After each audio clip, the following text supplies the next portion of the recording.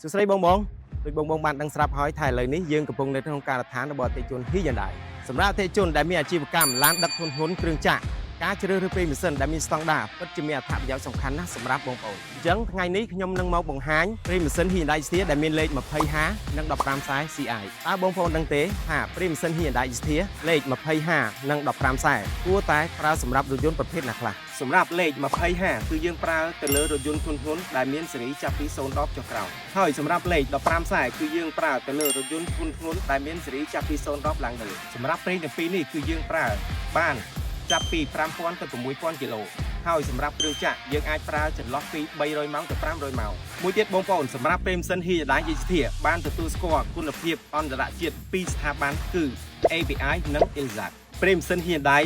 Xtia ធ្វើឲ្យម៉ាស៊ីននៅថ្មីជាន់ស្ទុះស៊ីសាំងតិចអញ្ចឹងនៅចាំឲ្យទៀតបងប្អូនទម្លាក់លេខមកដើម្បីឲ្យក្រុមការងារ Hyundai គាត់ផ្ដល់ព័ត៌មានលម្អិតជូនខាងបងប្អូនសូមអរគុណ